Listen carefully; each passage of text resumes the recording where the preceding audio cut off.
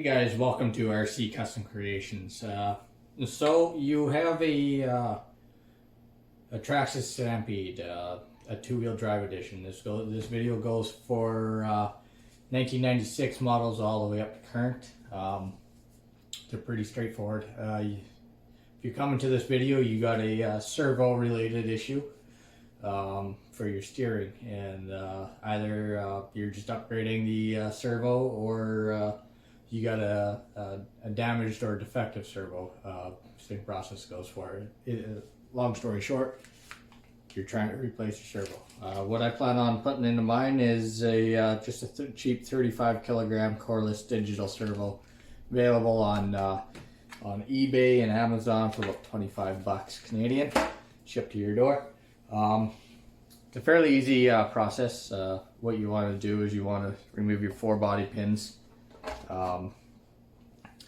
You're gonna want to make sure you got your got a good charged battery, as well as batteries for your radio for the final steps of centering your, centering your new servo.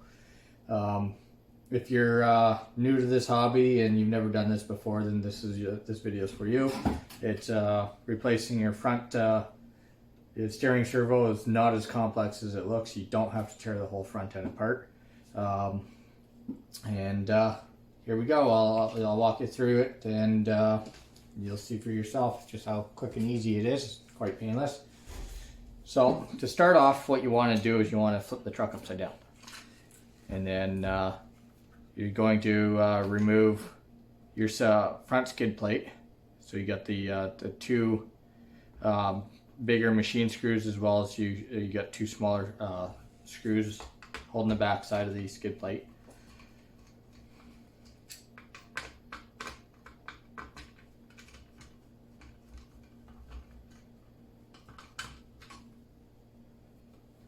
Chuck those there.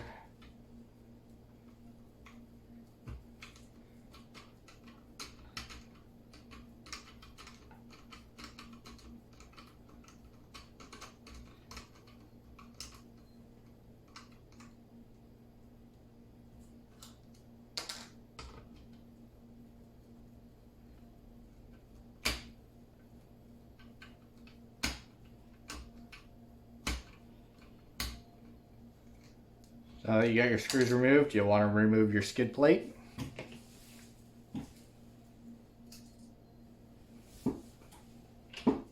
And then next, what you want to do is you want to pull this screw out, as well as the other screw on the other side. And what that will do is that'll free up your front end so that you can getting ahead of myself. You want to pull your the center screw holding your servo saver.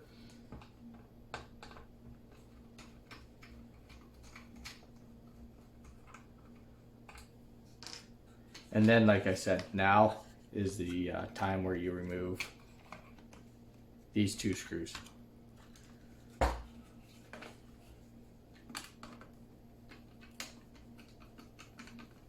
And then that'll free up your front end enough so that you can sneak your servo out and past your body mount. So now that that's all done, what you want to do is you want to flip your truck back onto its wheels. And you can see how the front end's all loose. You can now remove your 4 servo screws, which have the flanged the heads.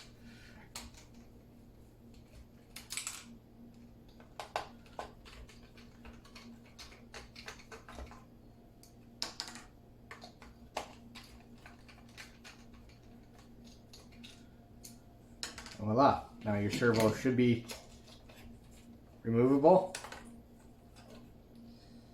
On my truck, not all the trucks included this. It's got a rubber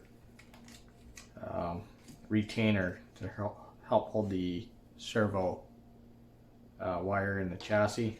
You want to pull that out, and then that'll free up the majority of your servo lead. moving on to the radio box, you're going to remove the 2 screws that hold the cover on.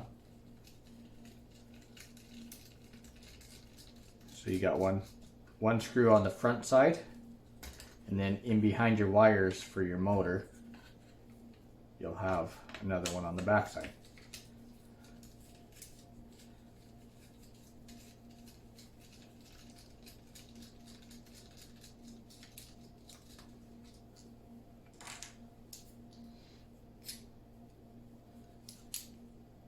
You will now have to remove the 2 screws holding your the shield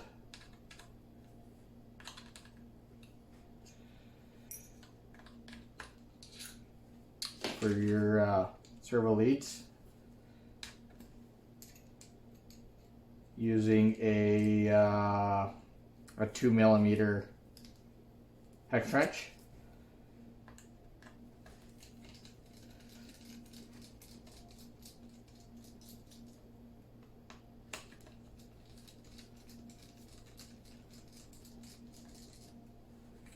And that'll free up your cover. So now that you got all that done, you should have a situation that looks like that.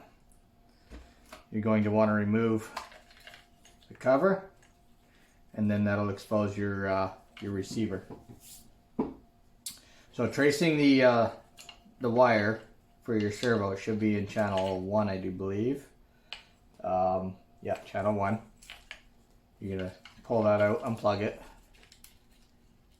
feed it through the hole, and then now you have your old servo in your hand. You're not done with the servo yet. There's an adapter that you're going to want to recycle for your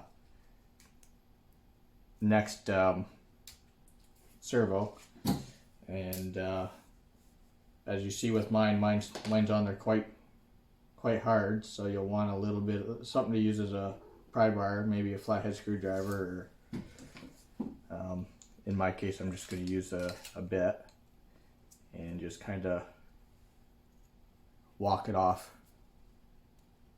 and there you go. Now that I'm done with the servo, I'll just throw it over to the side and get the new servo ready.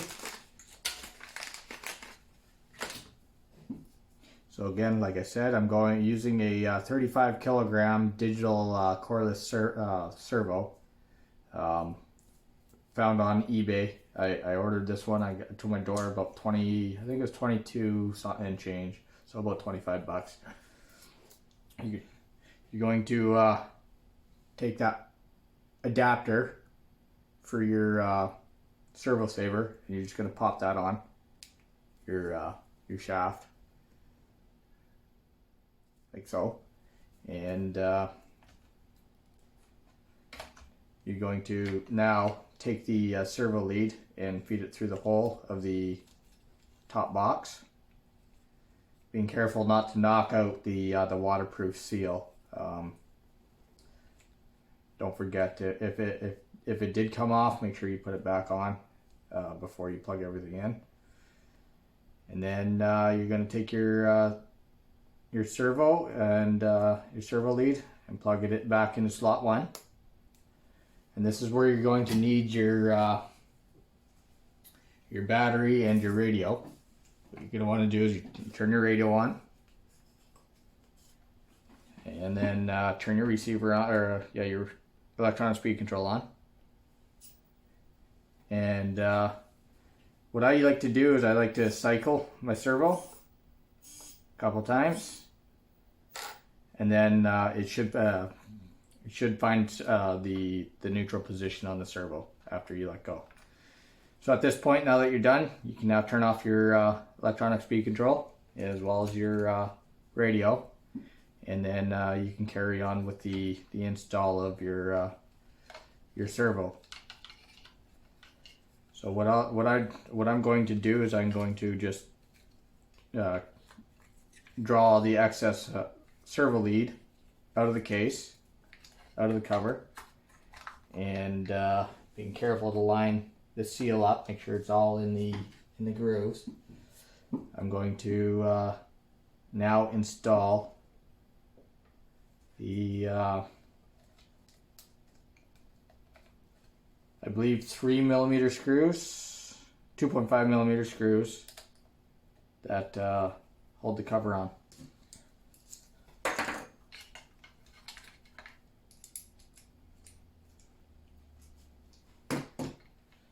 And that's exactly what I meant in regards to the seal coming off. You got to be careful about that. Okay, I'll just take the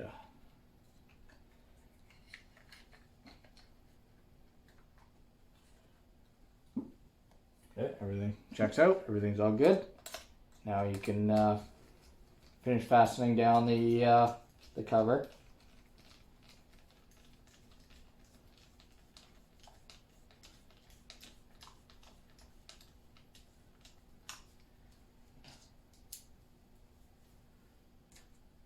And again with the back side.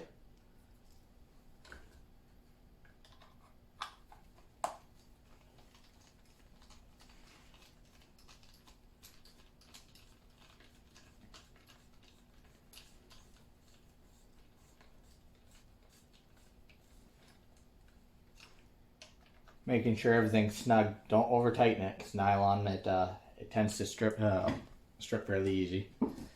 You just need to make things snug. So here I'm going to make sure all my leads are flat and not overlapping each other to give myself the best seal. And then I'm going to come in with the retainer cover to secure all the servo leads, and put the 2 screws in that hold the cover on.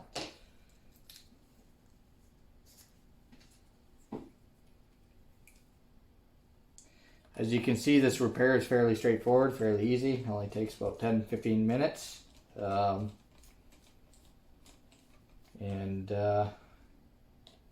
You're back on the road again.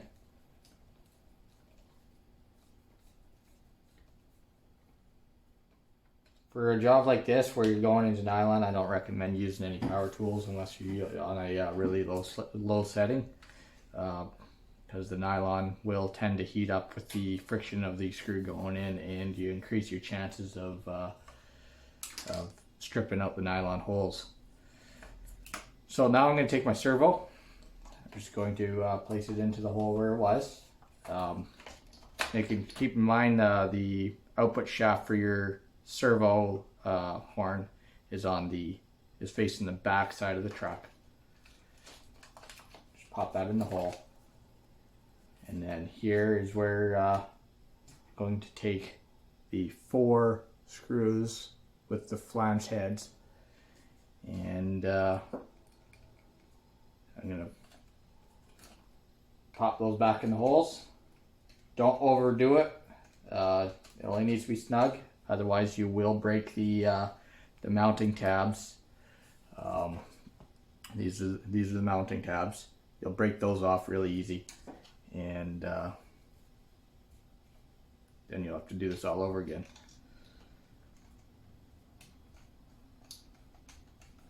So I'm just going to start the 2 opposite from one another, and then that'll allow me to adjust the servo as I need to, move it around in the hole, because there's a little bit of play. And put it in its optimal position. And last screw.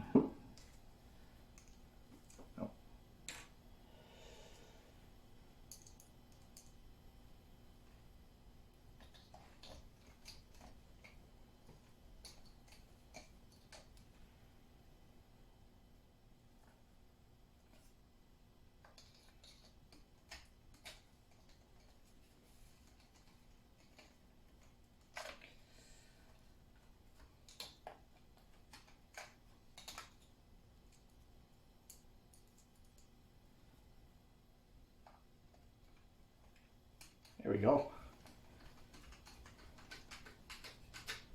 So now that I got my 4 screws in, I'll just go around and gingerly snug things up. Again, it's important not to overdo it or you will break the tabs off the servo. And so now, and then you'll be rendered the servo basically useless. Now that you got to this point, you can now take your servo lead and start routing things along the chassis however you see fit.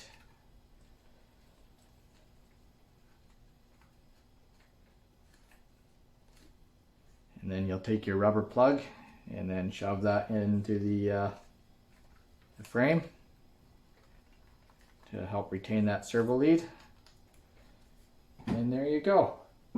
So at this point, you now have a truck that looks similar to this. You just have to flip it over, and then you're back to the 2 screws that hold the front end all together.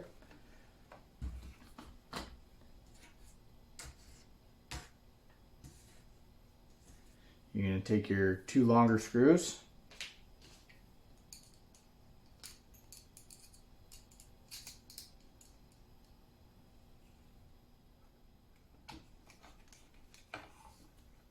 And kind of squeeze everything together. Everything should line itself up.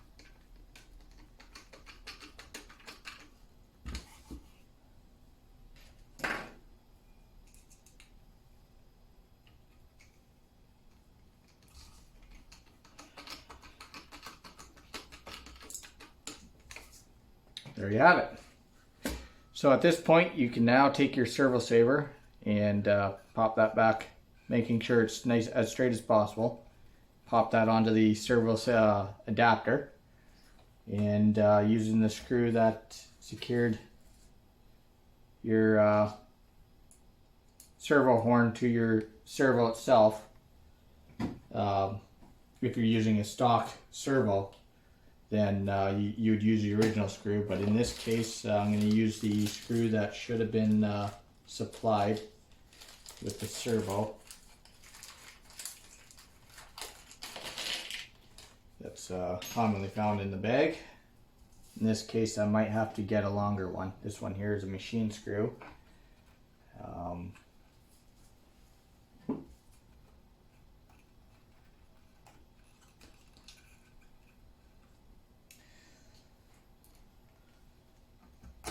Oh, I think I got her. So you just want to tighten things down. And actually, before I do that, general rule of thumb, when you're on metal, I almost forgot, you want to put the Loctite to it. So just give me a second, I'll be right back.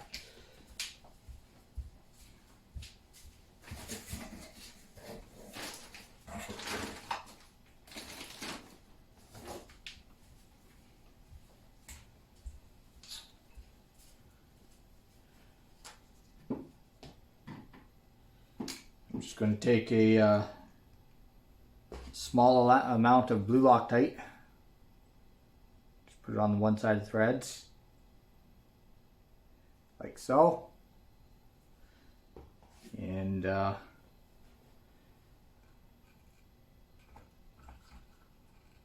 that into the servo horn.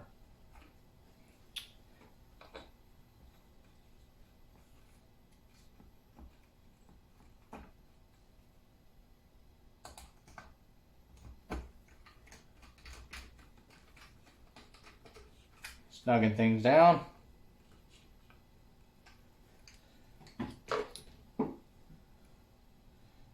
So, before you go putting on your skid plate, what I like to do is I like to turn everything back on.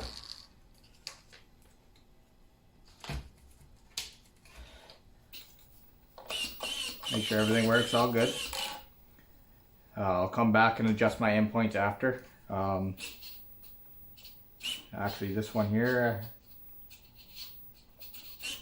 I don't have to adjust my endpoints, which is good.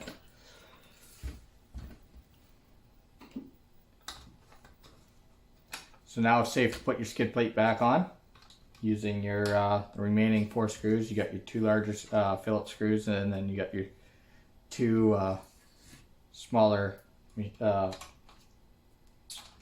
coarse thread screws.